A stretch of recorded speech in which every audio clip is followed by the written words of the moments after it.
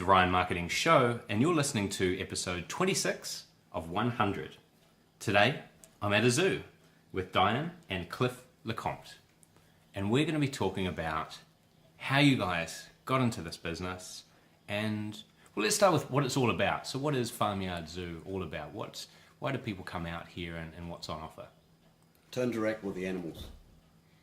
That is, Dyan came up with this idea one night while working at the freezing works. We were both working at the freezing works, and Dyan came up with this idea to start a business so that she could get out of a position that she was in, that she could see herself stuck in for the rest of her working life.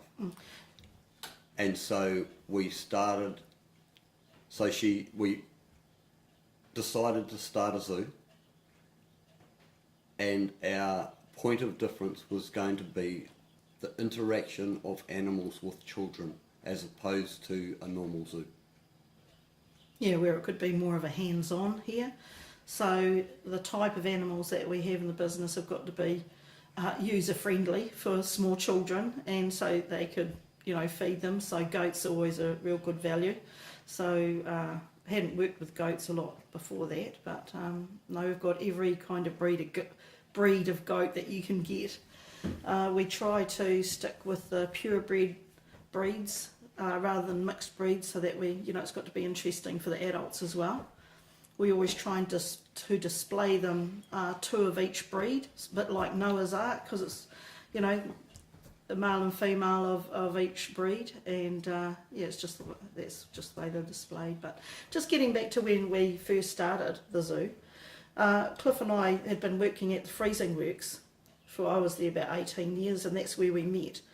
And so, of course, we got married and had children. We had an orchard. Both of us had 2 jobs at the time, and we found ourselves in a position financially that I could look for a job, get out of that meat industry, because I'd gone as high as I was going to go, and I found there was no challenge there in that area, so I wanted to do something else. Had no idea what I was going to do, because I left school when I was 16, wasn't qualified in anything, spent 18 years at the freezing works, started at the bottom, worked right to the top as far as I was going to go, so I started to get bored with that job. And anyway, we found ourselves in a position financially that I could choose what I wanted to do rather than having to be in a job for the financial side of it. And I had no idea what we were going to do, but I did notice that a lot of people were coming in off the road and asking to take photos of the animals that we had in the paddocks, which were our normal animals, kids' ponies, chickens, pigs, which can be seen from the front paddock. And being on that main route, tourist route going to Cape Kidnappers, made me think that it was location of where we were that would be and it would be in a good position to open up a business like that, and that's what gave me the idea. So then I had to drag Cliff around a few other petting zoos just to get an idea and show him that people were making money at this, that it was an actual business. I was one of the original skeptics. Yeah, he was pretty sceptical. I could see that I was actually going to have to build this thing. Yeah. So anyway, he was very good. He said, okay, you can have this little block of land out the front here. And I sort of looked out there and thought, oh, well, no, that's not big enough. And so I said to him, if I'm going to do this, I'm going to do it right. So I want all this side of the property to build this petting zoo on, because he had that side with an orchard. And so anyway, we stayed at the freezing works as long as we could, but the first year we had about 18,000 through, the first year we opened, and Cliff could go, oh, well, that's worthwhile doing. So, and also we just got to the stage we couldn't do the workload here and the workload, at the freezing works as well. Yeah, well, I was running 2 orchards at the time. I had a cleaning contract at the works. I was running 2 orchards.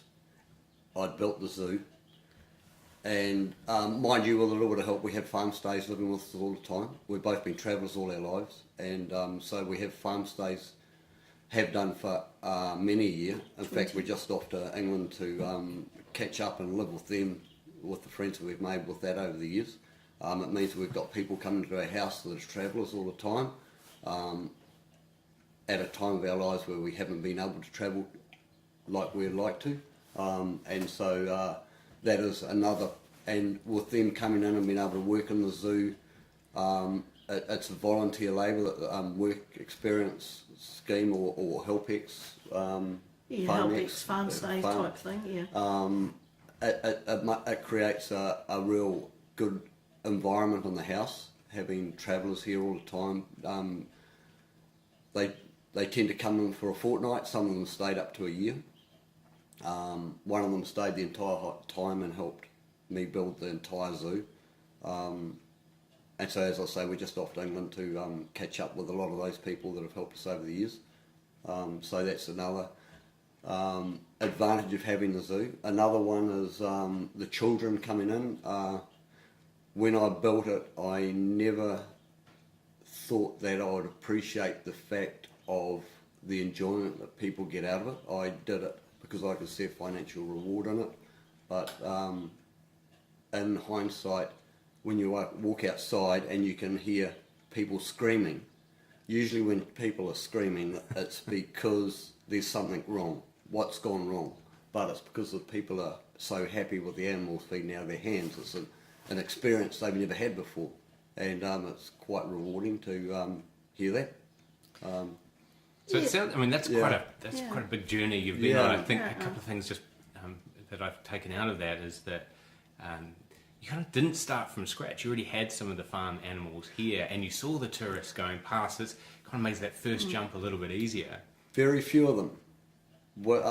We had pigs and horses and chooks, but most of the animals that we have here have been hand raised, which is our point of difference, so that they will interact with the customers. So when we started, we actually had to get these animals as babies, and a lot of the animals that are here now still, after 13 years, are original residents when we first opened. So that has been quite a process to get that in, and to continue that as animals get older and pass away, then we must get young ones. We can't just go and buy them from a commercial.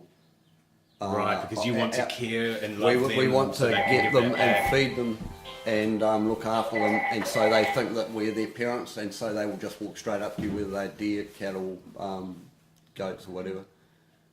We had a riding school here for 9 years with 2 instructors and closed that. We got, how many horses? 20 horses on, which is a big commitment, but that's our recreation as well. We both hunt and trek. And we have girls that come that like riding, that volunteer to work in the zoo, and ride the horses, and they love it. Their parents love it. Their schoolwork lifts. Their parents can't believe. Dyan is a great teacher. She teaches them how to run the till, how to interact with the customers.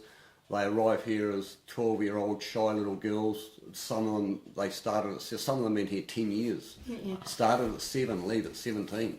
So it's more than just the animals. This is helping young people grow up. It's a whole environment. Their parents get them to work on time. It's their first job. Dyan's out there saying, "Why are you 5 minutes late? You might be volunteer, but this is your first job. You treat it." And those girls, as they grow up, when a paying job comes vacant, then they get it. And so it's not a full-time job, but it's a bit of money to keep them going while they... No, it's a voluntary job. Just getting back to these zoo helpers, this is how I was when I was a kid. I was one of those kids, and like horses are such a big part of our business, having 20 here. And when I was a kid, I was one of those kids who absolutely loved horses, but I was didn't think I was ever going to get a horse. I didn't come from a horsey background. And so I used to go down the local riding school, help out as much as I could, pick up posts, clean saddles, anything just to be around the horses. And when we got this riding school, I could see that there were kids that just wanted that little bit more, but the parents couldn't afford it. So they started to come as volunteers. So this volunteer thing that we've got going is a big part of our zoo. We have 8 volunteers. and they start at Cliff said 12. They've got to be big enough to be able to put a Western saddle on a horse, physically big enough. And I do treat it as a proper job. I say that when they come in here, you can't just come whenever you want to. You have a minimum requirement is 1 day a fortnight. That's their minimum, and to keep their position, because there's other kids that want to come here and get this opportunity. But I do treat it like their first job. It is a voluntary position, but when they leave here, they know about what it's like being in the workforce, and I give them a reference, which is a stepping stone into their first job. I'll be a referee for them, and they teach them how to use the FPOS and the till. And the main thing is interacting with the customers. Kids learning to talk to other adults in the zoo, and they take the llamas out and they're showing the kids. They do the lamb feeding. They take pony rides. And the parents, as Cliff said, they've just said that it's been really beneficial for them to come here and work here. And we have just like everything else, we have our little works dues and outings and stuff, and the paid staff and the volunteers are all treated the same. So that's we that's have a big quiz nights part, here at home every now and then, pizza nights. Yeah. The girls bring their tents and sleep out with the horses, which is an opportunity that they can't get. We supply them a horse each to go to the hairy horse competition, and if they're in the school equestrian thing, they can take horses. Then they can take a horse from here and compete, whereas they would be unable to Right, otherwise. Quite a fortunate thing for these young kids to be able to do. It's a whole involved lifestyle, not a business. It's run as a lifestyle. It's a lifestyle, this business. Yeah. And it pays the bills. It's a viable business. Yeah. On top of it. It sounds like you're giving quite a lot back to what's becoming increasingly rare around the world, is being able to have that direct interaction with animals, farmyard animals, be able to take a horse and go horse riding without necessarily having to own one as a family, because that's a big sort of ask. And that's from your background, wanting to give that to other kids. Yeah, I was one of those kids that used to go and pick all the horsehair off the fences and take it home, put it in my keepsake box. But it's the same opportunity that I had when I was a kid, going down the local riding school, being able to help out there in return for my horse fix. That my parents, I didn't come from a horse family, but on the other side of the lifestyle is that in dealing with animals, it's not like a paint shop or a CEO of a business. You can't just walk out and close the door on Friday night and turn up and open the door on Monday morning. Right, like every day, you've got to be feeding and looking after the animals. Are your prisoners. Yeah. They rely on you solely, and so they've got to be looked after 24/7. So what does a day out here look like from start to finish? What's daylight till dawn. I start at 6 in the morning to go and collect food for the animals, and Dyan starts doing bookwork and running the zoo. Dyan runs the zoo side of it. She does all the hiring and firing. there's a lot of that. I run, not that there's a lot of firing. I don't know if we've ever fired anybody. I don't think. No, but and I run the other side. I do all the maintenance, building, the irrigation, the pastoral management, the shearing, the crutching. I do sheep shearing demonstrations for the schools, and I do the horse shoeing. I don't do a lot of the riding myself. We get the girls to do that. I do ride a lot myself, but I take the odd trek. We have a trekking business on top with the horses as well. Although it's not the main part of our business, it means that they aren't as big a cost as what they could be. So I do that during the week. The staff do that during the weekend. And what animals cause the most trouble for you out there? Like which ones are? Well, the ostrich. Ostrich. He will try and kill you every time you go in. Yeah, don't go into the ostrich pen. That's what we tell everybody. They're very territorial. Yeah. And which ones recognise you and know you the most? Everyone knows Cliff because everybody knows Cliff. I can't go near most of the animals. I have to get them caught for me. everybody else can go up and hand feed them, all the public can go up and hand feed them. As soon as they see me coming, they're gone. No, because but I'm the guy that shares them. Every time they see me coming, there's something wrong with them, and they're either going to get an injection or a drench down the throat or something. So you're the tough love. When I walk around the zoo, everybody puts their heads up, going, "Who's going to get it next?"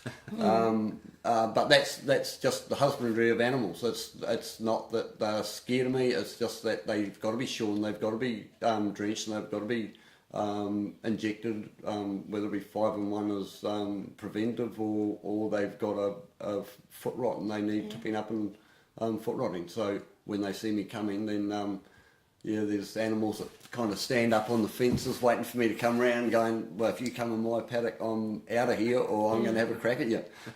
Yeah, but on the other hand, all the other animals, like all the kids go and lead them in. We feed them when we catch them in the morning. Everything gets a slice of bread. That's just a time saver, so that the animals are there hanging over the fence rather than being at the end of the paddock, because we've got to get all these animals into the pens. They start at 9 o'clock in the morning, takes us an hour to set up. We open at 10 o'clock.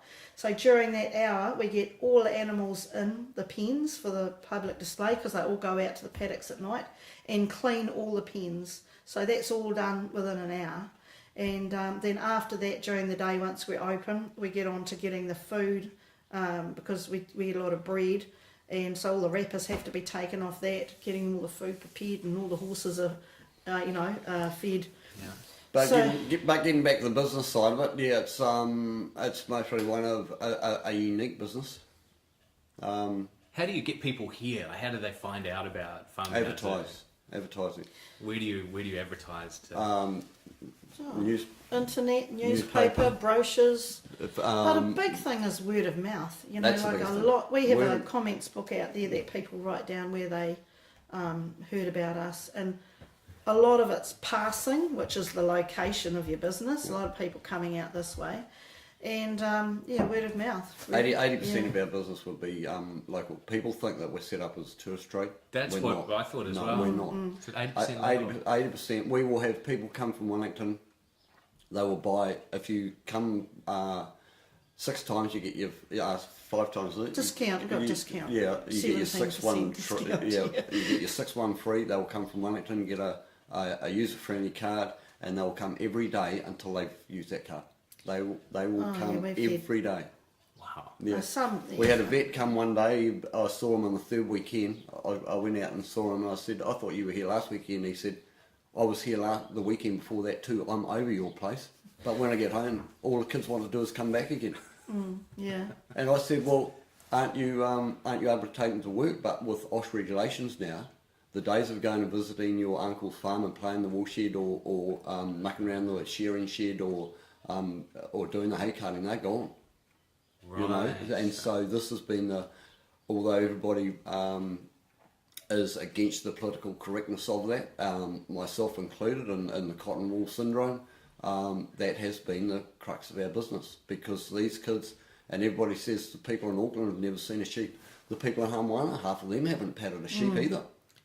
They've seen them going past in the bus windows going to school every day, but they've never actually touched one. Yeah, but even the lamb feeding, that used to be something that most Kiwi kids could have access to years ago, but now they don't, So a lot of parents and grandparents would bring them here, and we sell lamb bottles for the public to feed, and they just go like hotcakes. We can't get enough lambs for everybody to feed, they're fed 4 times a day. And the one thing that did surprised me is the amount of farmers or ex-farmers that come in, and when they leave, because some of them won't pay the extra, they will sit out in the car park and send the family in, because they're farmers, so they don't need to go and see an animal. But the ones that actually pay that little bit extra to get themselves in with the family come out and go, I have never realised how animals could react in an off-farm situation.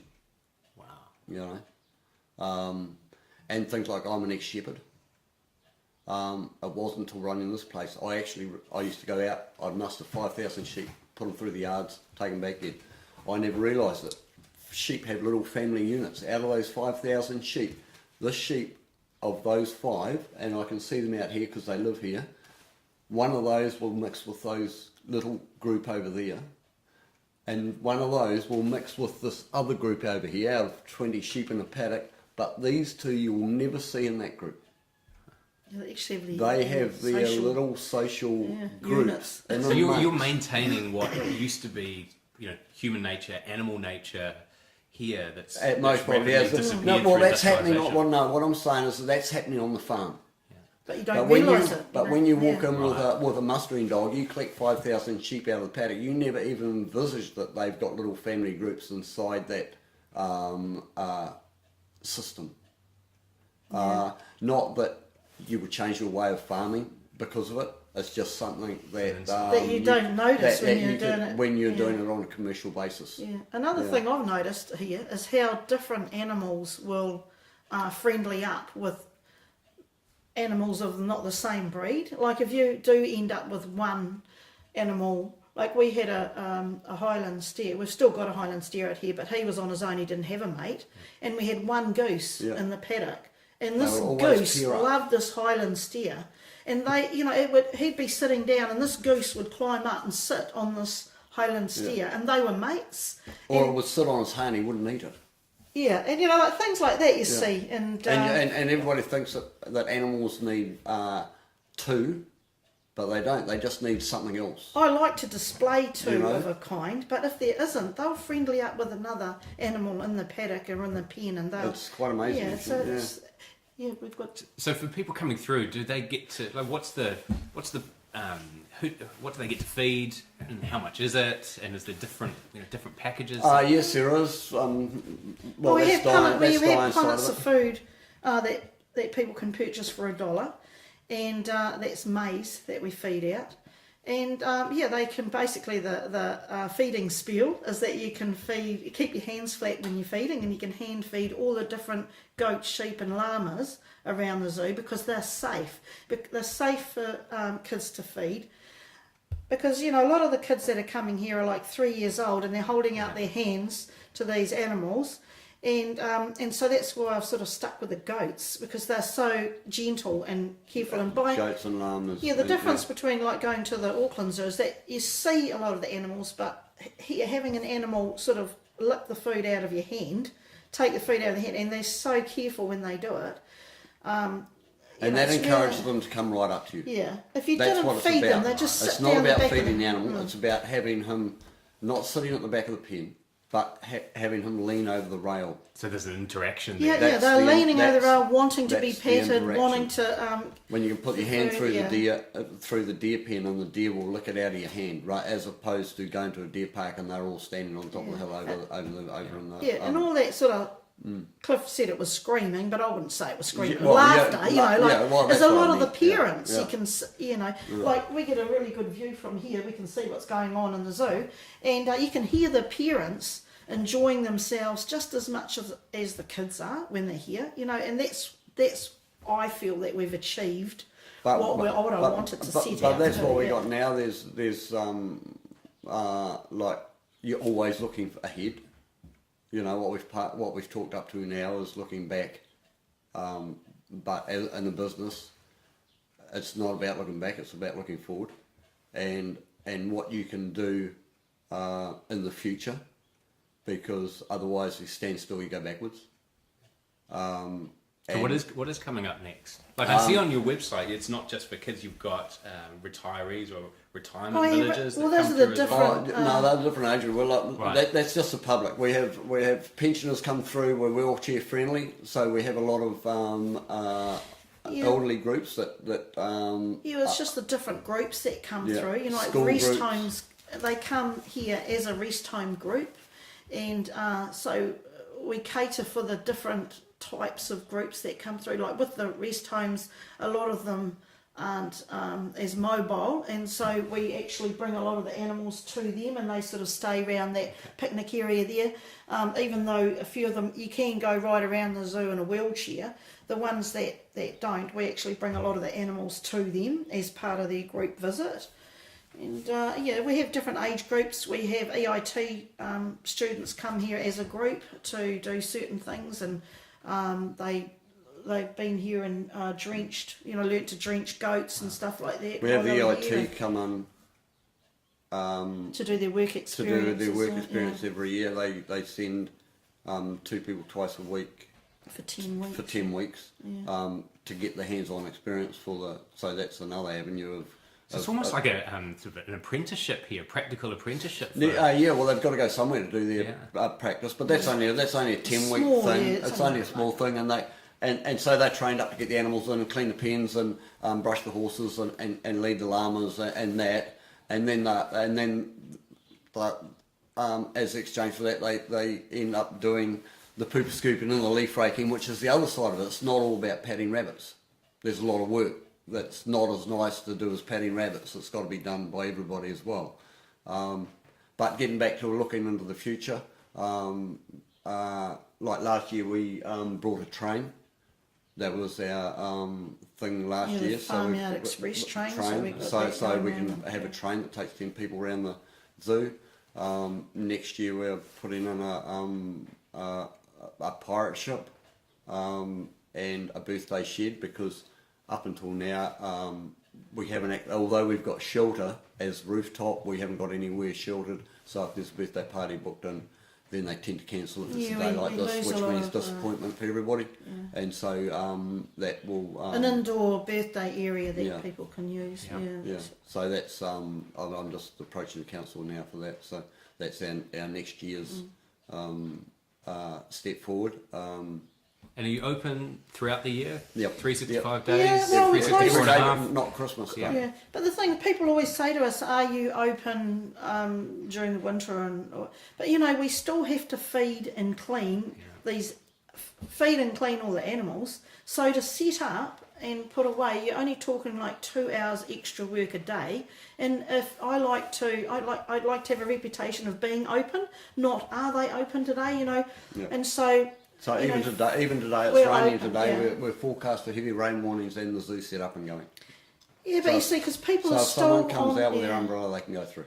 Because there's still people in hotels and motels here on holiday, and they're looking for something to do. And if the weather clears, they'll be out. And you only need, a couple of families to come through, and you've pretty near paid for your labour for the day. So you might as well just pay that, set up. It's easier to set up. Yeah. Keep the routine going.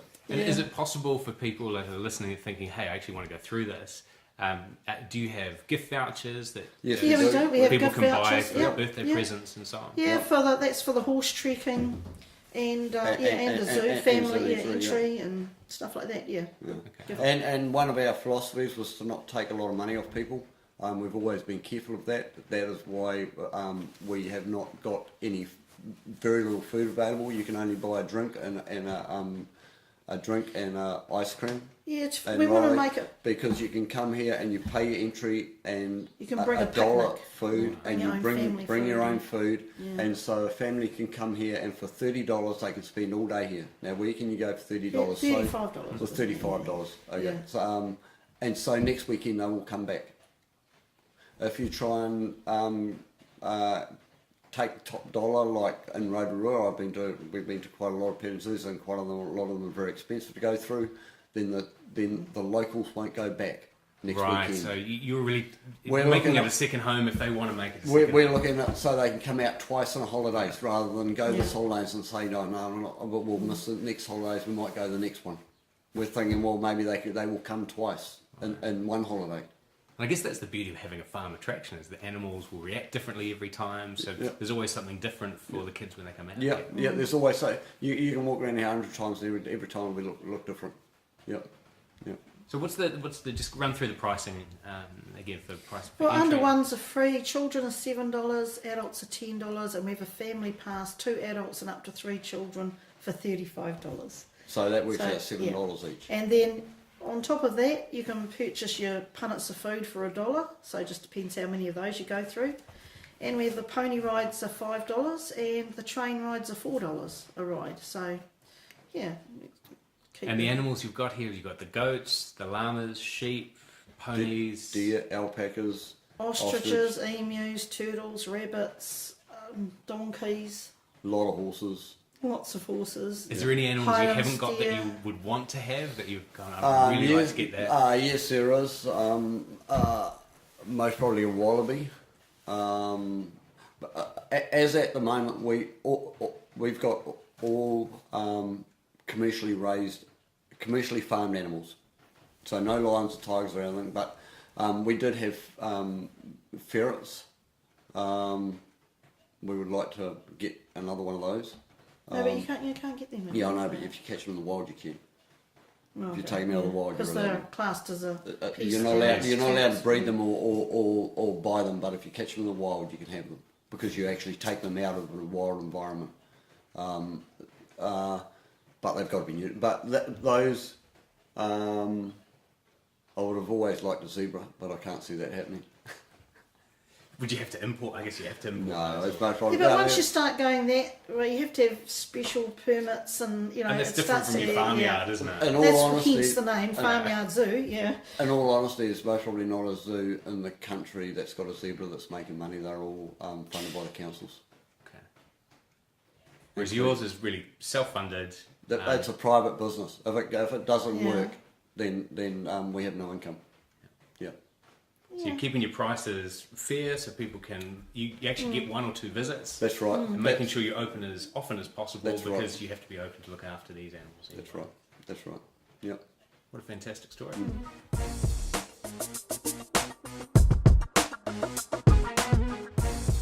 If you like this episode, remember to subscribe for free on iTunes. Simply search for The Ryan Marketing Show in the iTunes store.